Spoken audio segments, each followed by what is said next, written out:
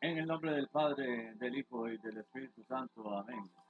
Nosotros pertenecemos a la Comunidad Americana Libre Internacional, la provincia episcopal libre de Costa Rica, que comienza un poquito allá en México, Guatemala, El Salvador, Honduras, Belice, Nicaragua, Costa Rica y llega al límite con Panamá.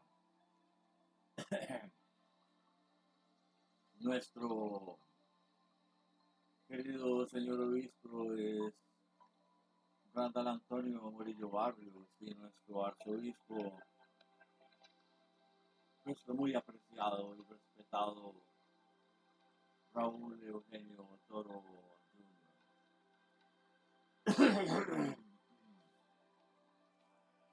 Me va a perdonar si me ha dado un poquito de tos.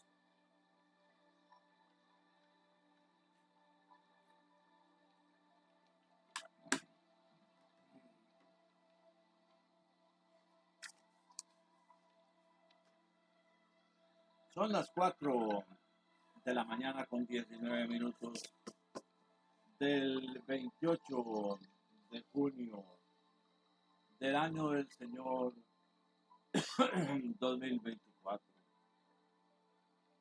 Este es un cuento que se llama, o yo lo intitulé, Los niños de la calle. Sí, es pluma mía. Yo fui el que lo escribí. Espero que les guste y que les deje alguna lección. Empieza con una escena con violencia, en donde un dueño de una tienda le grita a unos niños de 7 años.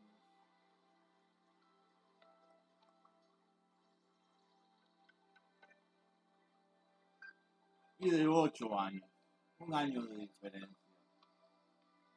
El varoncito era un poquito mayor, un año, pero no eran niños de la calle, huérfanos.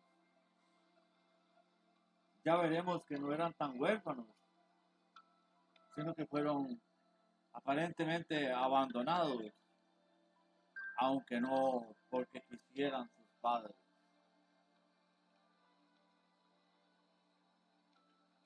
Este señor entra en la tienda y ve a los niños que andan pidiendo un pedazo de pan porque tienen mucha hambre.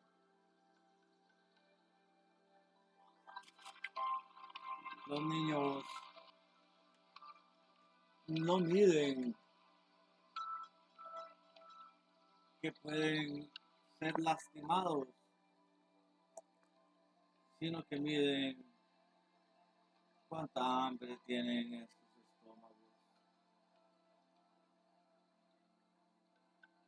Los niños corrieron porque el hombre movía amenazante una tira de cuero sin curar, un golpe que podría desgarrar las carnes de los tiernos.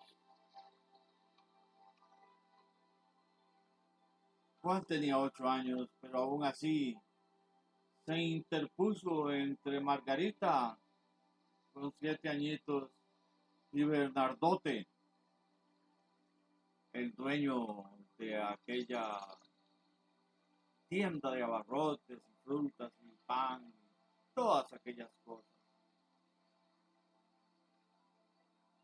El dueño de la pulpería, que no tenía clientes por ser tan temprano y además por ser tan malcriado, les gritó de esta manera: Margarita gritó cuando vio a Juan sangrando en sus piernitas. Ella no sabía qué hacer, solo darle la mano a Juancito para ayudarle a correr. Cuando estuvieron fuera del alcance de Bernardote, Margarita dio muchos besitos a las heridas de Juancito, queriendo aliviar y curar a su valiente hermano, que siempre la protegía, conseguía comida y ropas, andrajos, sí, pero mejor de los que ya andaba Margarita. Era una niña débil por falta de alimento y por compasión sobre todo de los mayores. A Juancito Dios le debe la fortaleza increíble con la que protegía a su hermanita. Esa fuerza que solo puede brotar del amor más puro.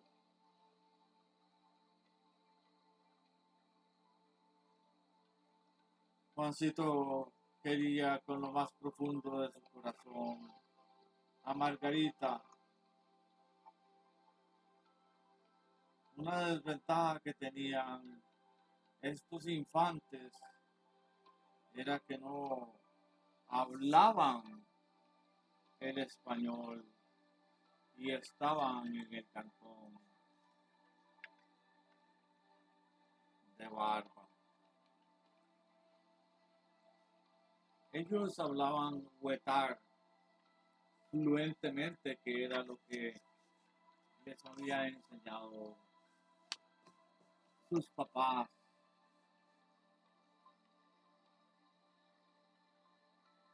Para tener una idea de dónde queda Barba, ya que me ven en otras latitudes, gracias Uruguay, gracias Brasil, gracias Colombia y todo el sur de América.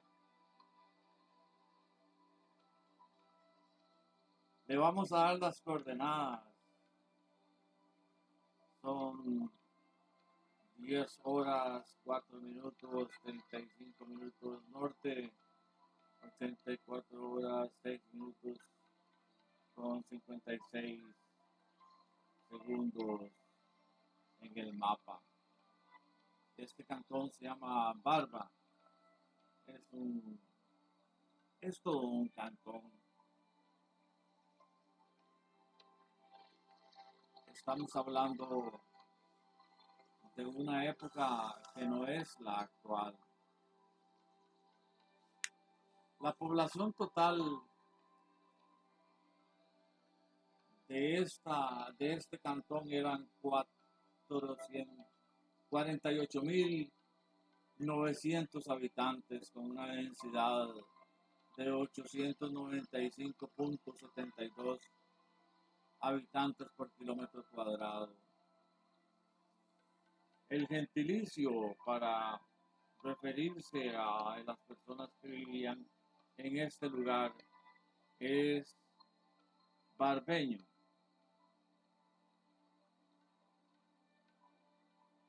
Queda a una altura pues bastante fresquita, aunque no muy fría. Y el uso horario es UCT 6.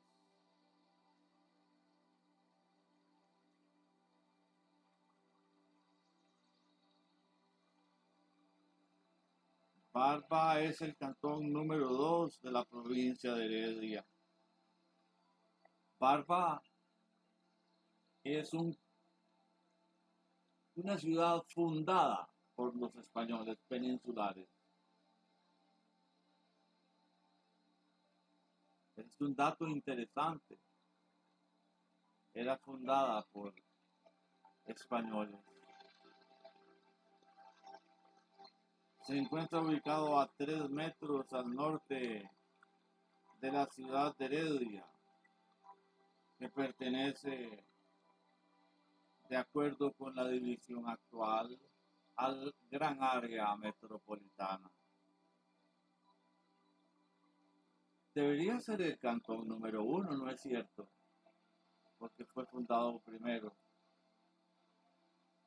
Pero por razones de ingeniería vial se ha hecho así, porque Heredia, Cubujuquí, toda esta área que no es Barba, se llamaba Cubujuquí, así como se llama el nombre donde está esta misión de la Natividad, Cubujuquí. Cubujuquí número 1 porque hay 3, Cubujuquí 1, Cubujuquí 2 y Cubujuquí 3. Y la casa es la casa 37 pintada con un color rojo y doble planta. Para los que nos quieran visitar los domingos a las 10 de la mañana. Casi siempre empezamos muy a tiempo. Tenemos pues la costumbre inglesa del tiempo.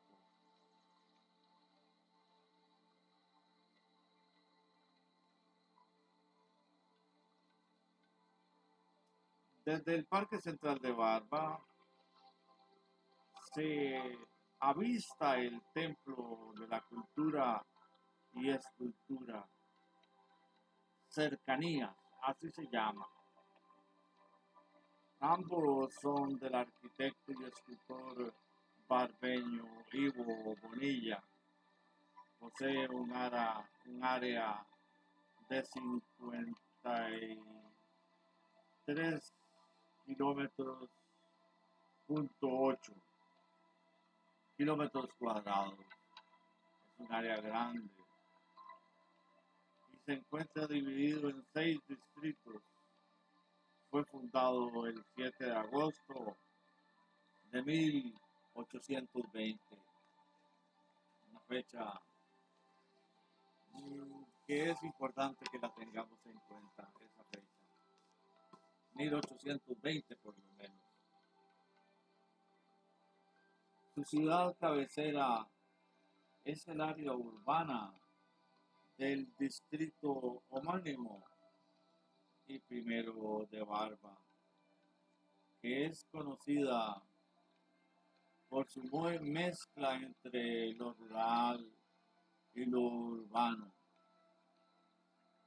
El casco histórico de la ciudad cuenta con varias casas de adobe. El patrón es la ciudad de San Bartolomé.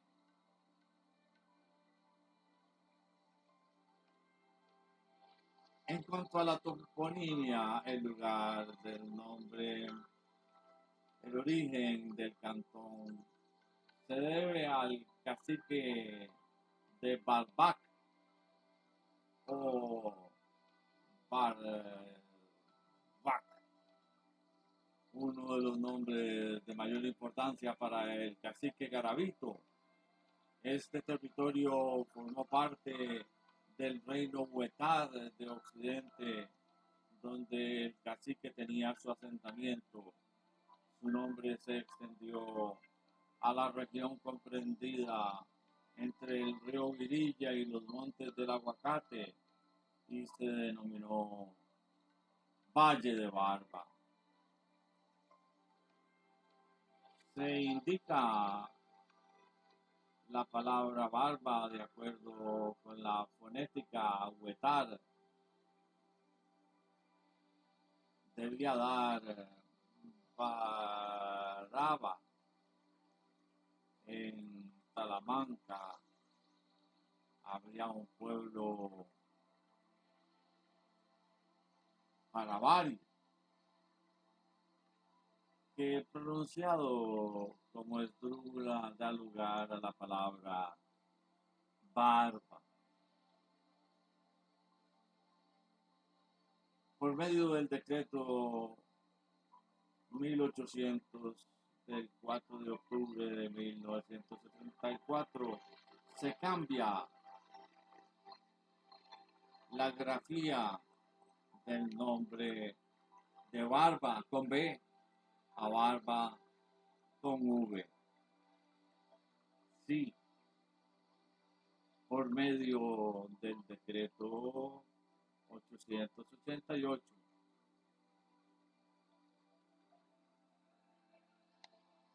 En la historia tenemos una historia precolombina, el territorio que hoy corresponde al cantón de Barba, formó parte del reino Huetar de Occidente,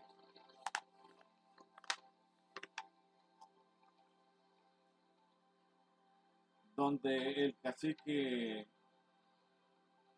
Barba tenía su asentamiento, cuyo nombre se extendió a la región comprendida entre el río Virilla y los montes del Aguacate, que se denominó Valle de Barba. En las faldas de los volcanes Barba y Poás también hubo asentamientos de la etnia indígena de los Botos. Había unos indios que se llamaban así, Botos, con B.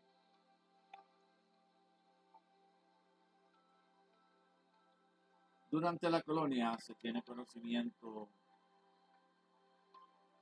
de un documento de 1569 que los pobladores del valle eran aborígenes llamados catapas o tices, que vivían pobremente cultivando pequeñas parcelas cuyos productos aprovechaban para subsistir. En 1596, el gobernador Perafán de Rivera repartió ilegalmente a los indígenas las tierras de la región en encomienda, entregando los nativos de Barba a Juan Romo y Simón Sánchez, correspondiéndoles 400 al primero y 100 al segundo. La primera iglesia de Barba pudo haber sido construida en 1578, 1975, en honor a Bartolomé Apóstol, y se encontraría ubicada sobre un cementerio indígena. Una profanación de la cual estamos acostumbrados ya los peninsulares y los criollos.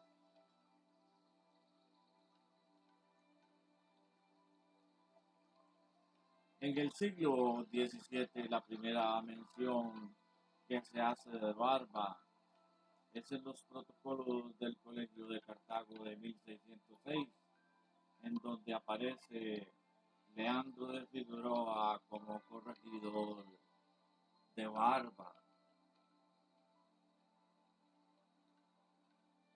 A la raíz de la apertura del camino de mulas en 1601, que se utilizó propiamente para el comercio de esos animales en las ferias de Portobelo, en Panamá, en el sector occidental del Valle Central del territorio de Costa Rica. Se establecieron potreros para los mismos. en la forma tal que para 1662 se conoce la existencia de una zona de descanso para las mulas en Barba y se le dio mayor progreso a la zona hasta que en 1613 se fundó el poblado con el nombre de Santo Tomé, San Bartolomé, San Bartolomé de Barba. Como consecuencia de esa segregación que se le hizo a Barba de los poblados de Cotquil, Tobosí, en 1613 se establece un convento en este lugar con el doctrinero franciscano. Se considera que a partir de este año se fundó la población que se denomina San Bartolomé de Barba. En 1611 el gobernador Madrigal Gómez de Lara inició un templo donde fue terminado en 1693. Fue tal el progreso que experimentó este poblado que era 1693, era una de las comunidades que más impuestos pagaba, ya que contaba con 53 familias. 6 años después tenía 575 habitantes. En el censo de 1709 aparece con 641 personas y en el que se realizó 2 años más tarde 661 personas, en su mayoría indígenas.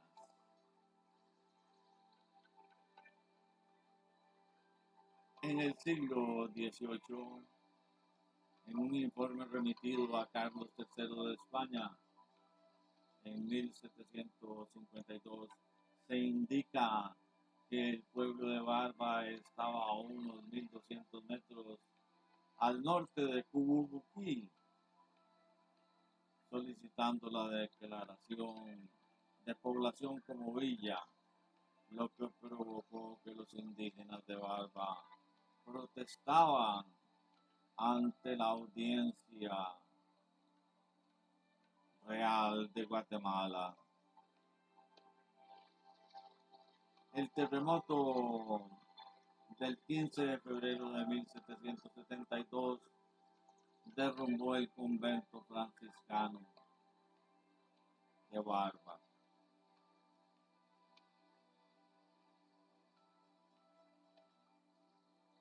Casas tradicionales alrededor del parque estaban del cantón de Barba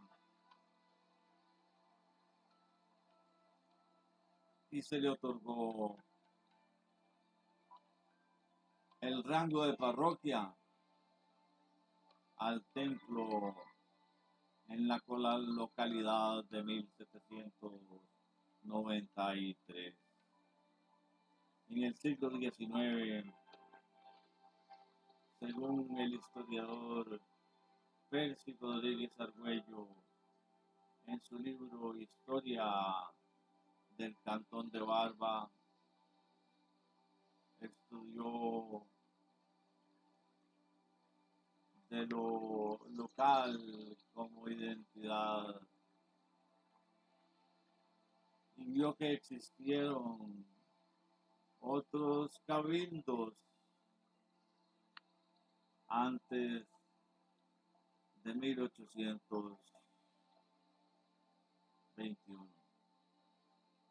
Por ejemplo, afirma que existió un antiguo cabildo indígena en Barba durante la época colonial que contaba con un alcalde, dos regidores, un fiscal y un alguacil mayor para probar esta hipótesis. Presenta en su otra fuente el testimonio del obispo Pedro Agustín Morel de Santa Cruz, de la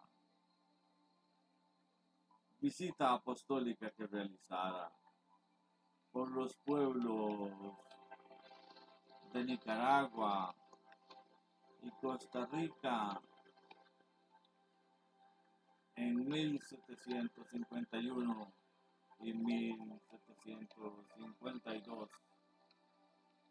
quien describe que en el poblado de Barba existían esas autoridades municipales.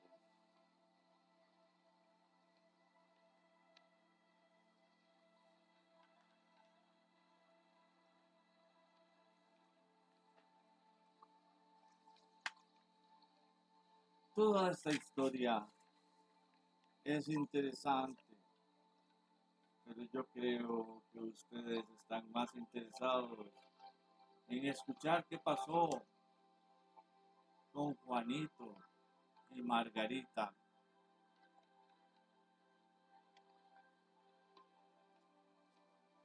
Así que vamos a tratar de adelantar un poquito.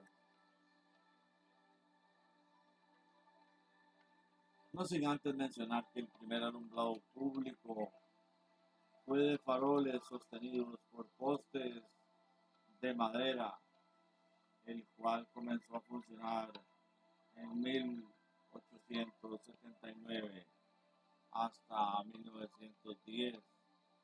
Se instaló la primera planta eléctrica, que duró muy poco tiempo funcionando. La cañería comenzó su construcción durante la segunda administración de Rafael Iglesias Castro, 1898-1902, concluyéndose en el primer gobierno de don Cleto Gonzalo Víquez, 1906-1910, con aguas provenientes de fuentes del río La Hoja. El terremoto del 30 de septiembre de 1888 destruyó la antigua parroquia. El 11 de agosto de 1893, y ahí es consagrada la actual parroquia San Bartolomé Apóstol. Y quiero presentarles a los niños Juan y Margarita para que tengan ustedes una idea de cómo eran estos niños que fueron abandonados aparentemente. Ya veremos la historia y cómo Juan protegía a Margarita. Ya habían pasado 13 años desde que Juan protegía a Margarita. Al llegar la noche, Juancito siempre encontraba un sitio seguro para pasar la noche. Y por la mañana, antes que Margarita despertara, Juancito ya había conseguido pan y algún arma caritativa les había regalado un poquito de café que Juancito llevaba corriendo a donde Margarita. Ella en su inocencia le preguntaba si ya había tomado café y él sonriendo, una sonrisa fingida, le contestaba que sí y que comería pan con agua esta vez.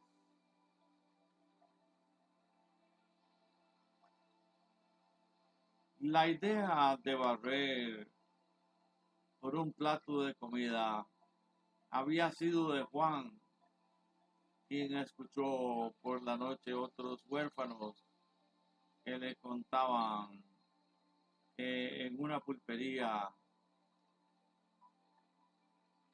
les habían puesto a barrer y al final les habían pagado con una comida deliciosa, no como la primera vez que a él le pagaron con cuero y lastimaron sus pequeñas piernas.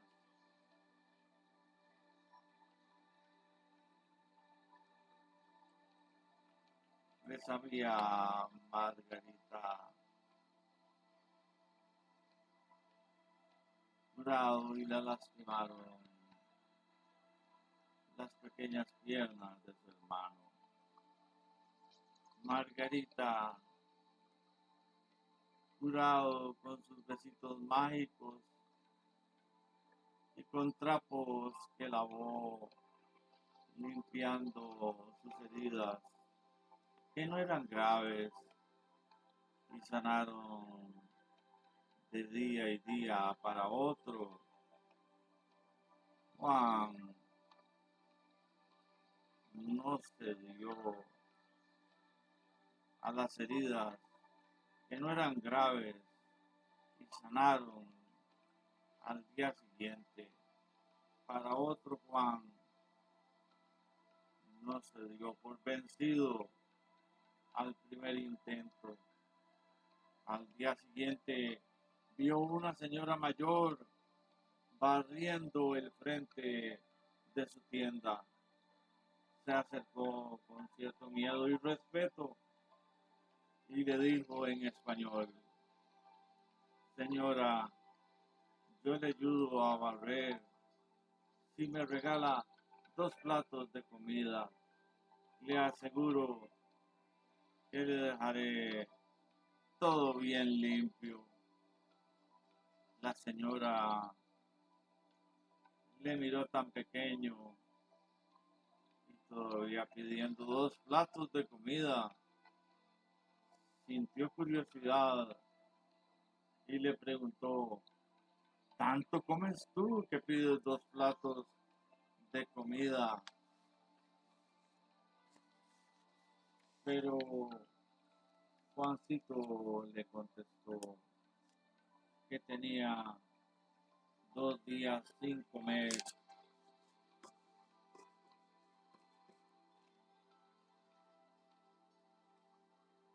para que su hermana no se debilitara porque no tenía dinero para pagar el médico y luego las medicinas carísimas. Juan siempre había cuidado de su hermana, más desde chiquitos los padres los habían abandonado en Barba y ellos no sabían qué hacer. Ella de 3 años, él de 4, para cuando eso.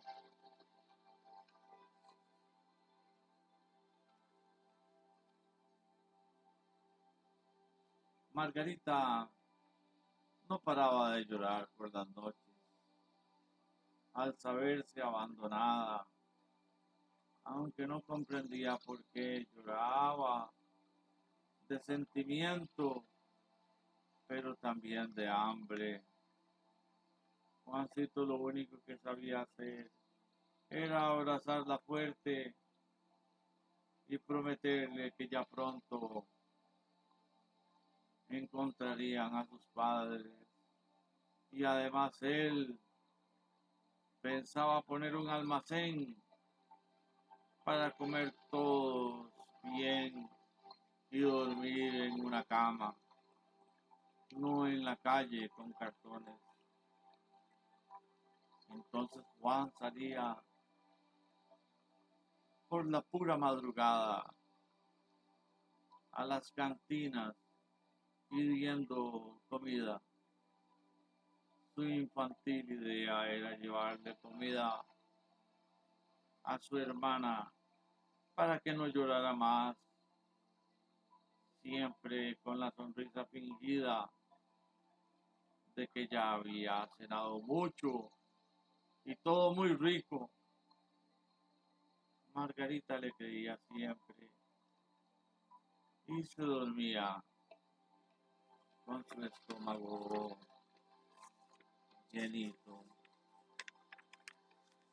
Ahora vamos a ver una cajita que le consiguió Juanito a su hermanita para que durmiera en esa cajita con el estomaguito lleno, aunque él tenía hambre.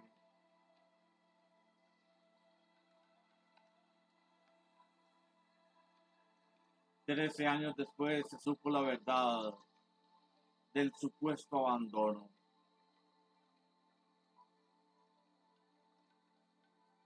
Las fuentes en donde se toman los siguientes datos son en parte confiables y en parte producto del relator, del relator mismo, por lo que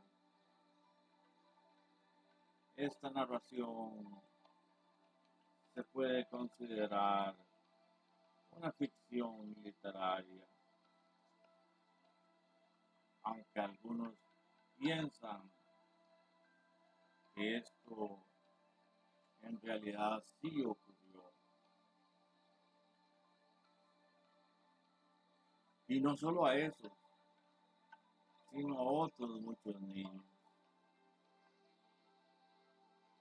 Bien llegado el momento de contaros qué fue lo que en realidad pasó, para lo cual haremos un circunloquio histórico en procura de un mejor entendimiento de las cuitas de los padres en esos tiempos, en estos niños.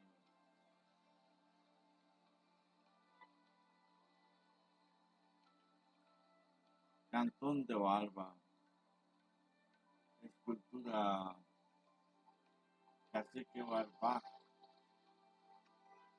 del escultor Fabián Brenes, mirando la parroquia San Bartolomé de Apóstol, vistos desde el Parque Central de Barba.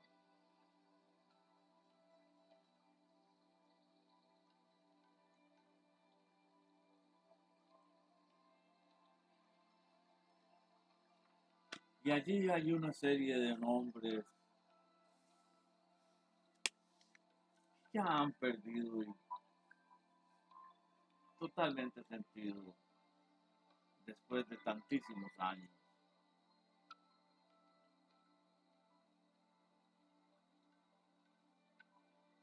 Barba, como dije, es el cantón 2 de la provincia de Heredia,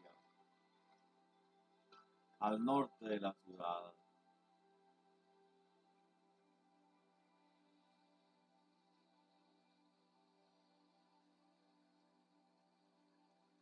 cabecera urbana es la ciudad de Bartolomé, claro.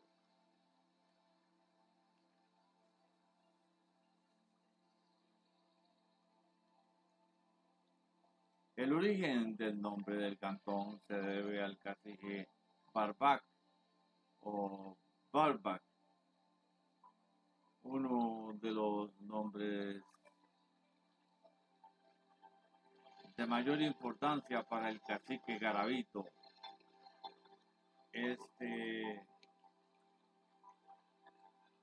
territorio formó parte del reino Huetar de Occidente, donde el cacique tenía su asentamiento. Su nombre se extendió a la región comprendida entre el Virilla y los montes que se denominan Valle de Barba.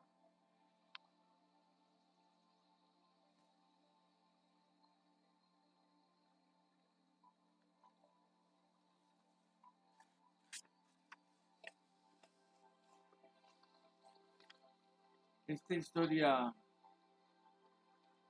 de la época precolombina tiene que ver con el territorio que hoy corresponde al Cantón Central de Barba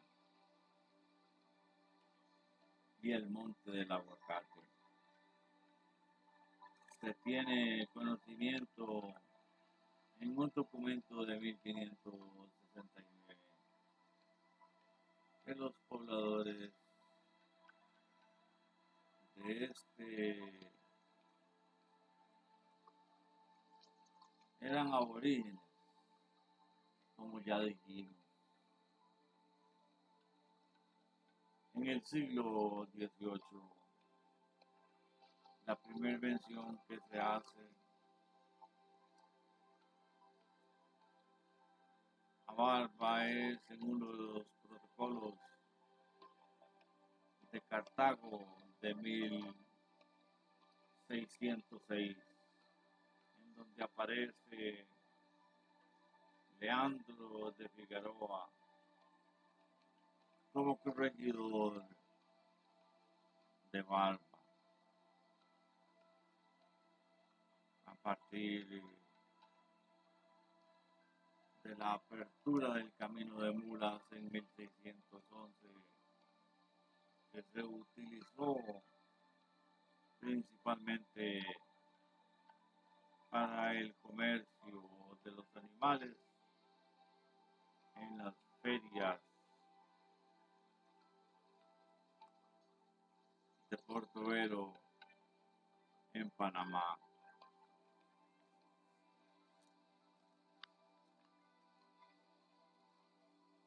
Todo esto está dicho.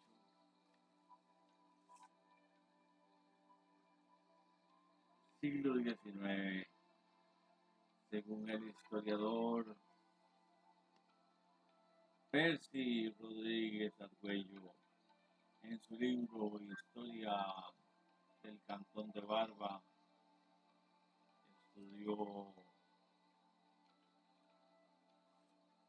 de la local como de la identidad. Existieron otras colonias y otros regidores.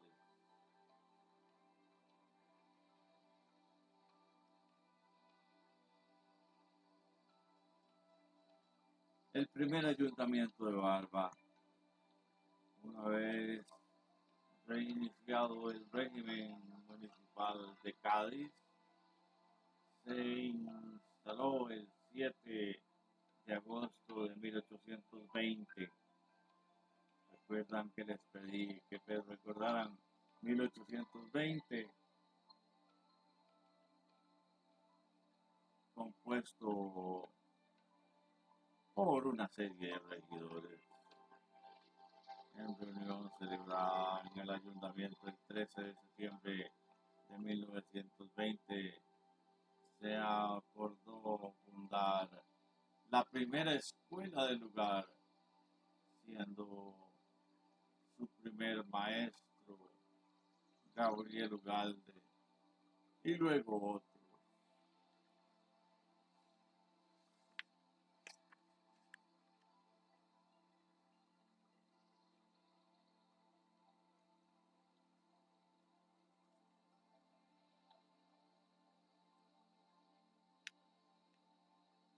¿Qué había sucedido? ¿Por qué los padres habían abandonado a aquellos niños?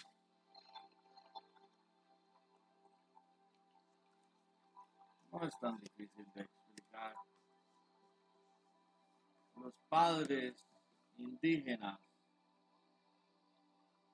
andaban con sus niños tratando de brindarles alguna diversión, cuando se toparon con un batallón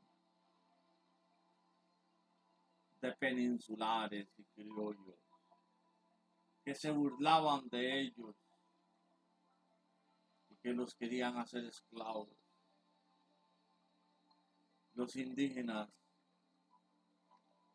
habían aprendido una serie de lenguajes de señas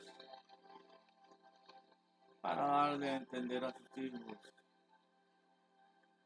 si estaban en peligro, si tenían que huir, si estaban, que venían cariñosos con sus papás.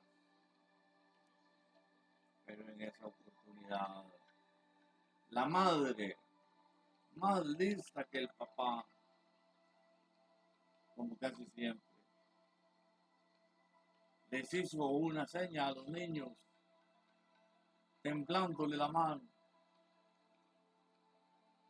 lo que significaba que estaban en peligro, y los niños huyeron y se metieron en el templo. En el templo los soldados no podían entrar y se mantuvieron allí. La madre por señas les dijo, les dio a entender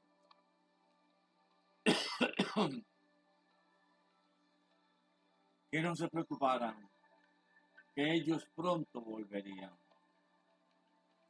Pero ya ven, ese pronto se volvió en 13 años. 13 años que esos niños anduvieron desde los 3 y 4 años hasta los 17 años y los 16.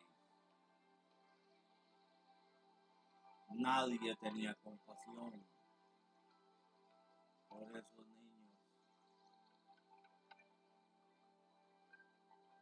Juanito, Juanito siempre protegió a su hermano.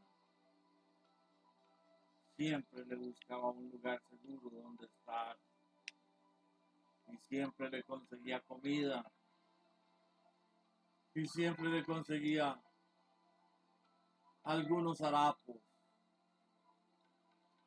que Margarita veía como los más bellos del mundo, porque se los traía su hermanito. Cuando lograron escapar los padres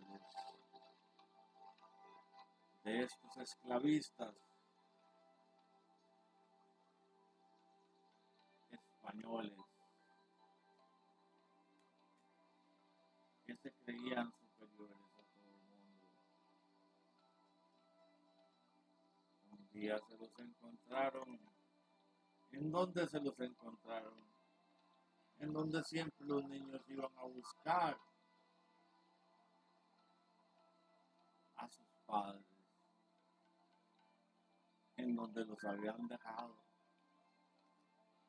en el parque. Y a partir de ese momento,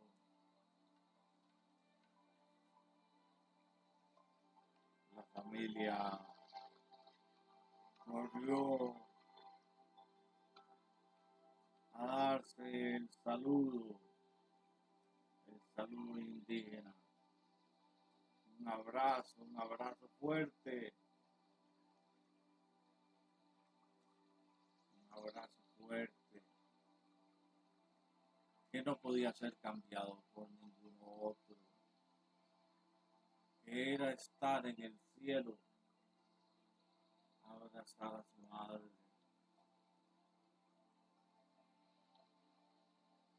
Y el padre se quedaba de último,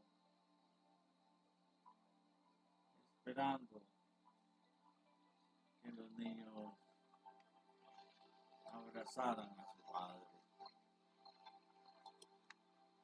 Y cuando terminaban, entonces él corría y los abrazaba. Y a pesar de que eran ya muchachos, los alzaba al cielo, dando gracias al gran espíritu que sus niños estaban vivos, no habían muerto como tantas veces lloró el padre a escondidas de la madre. La madre, esa indígena fuerte, nunca pensó que estuvieran muertos. No en balde. Las madres son más fuertes que los padres, que los varones. Y ella tenía la seguridad de que los encontraría. No sabía cuándo, pero los encontraría. Tomemos en cuenta que para ese tiempo menos un indígena iba a tener un reloj. Y ellos se burlaban del mundo moderno, que tenían reloj para medir el tiempo y nunca tenían tiempo. En cambio ellos no tenían reloj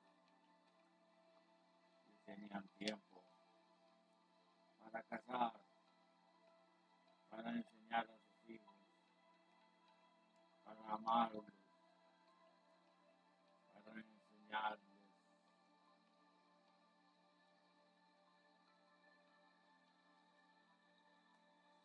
Ese era un mundo idílico en el que ellos vivieron hasta que llegó el Zunco y el Incu español a despedazar estas familias.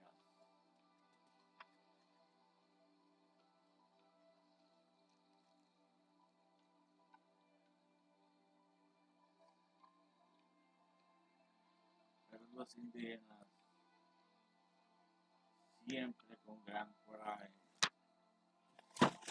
siempre con gran valor, siempre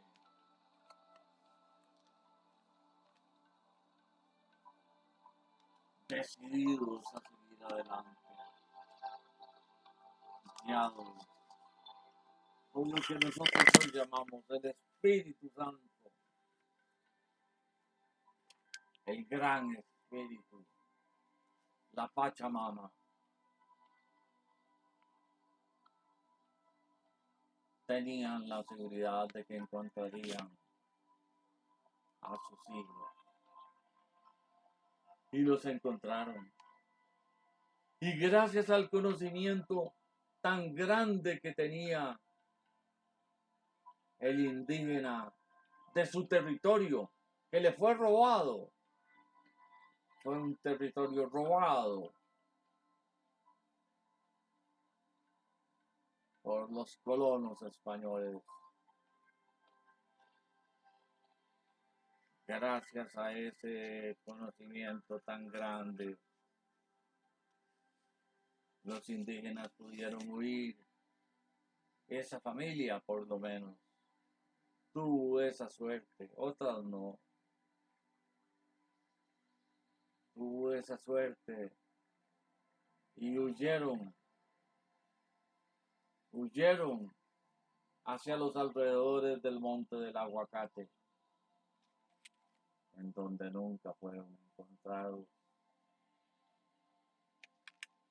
en donde celebraron ceremonias funerarias para aquellos padres buenos que se habían sacrificado tanto para esos hijos, para Juancito, para Margarita, para los hijos de estos indígenas, siempre escondidos, y para los hijos de los hijos, siempre agradeciendo al gran espíritu. Y yo con gran respeto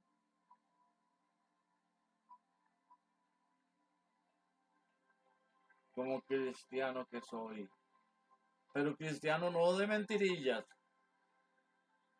no de hacer esclavos,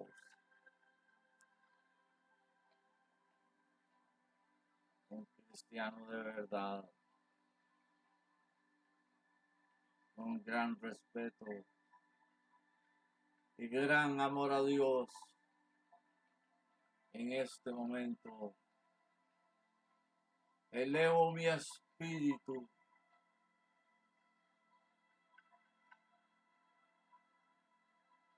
elevo todo mi amor a Dios y le doy gracias, gracias, gracias, gracias, Dios mío, porque al menos esta familia pudieron escapar. Por tu gracia, Señor, Padre, Dios Hijo y Dios Espíritu Santo. Amén. No se olviden la Santa Eucaristía a las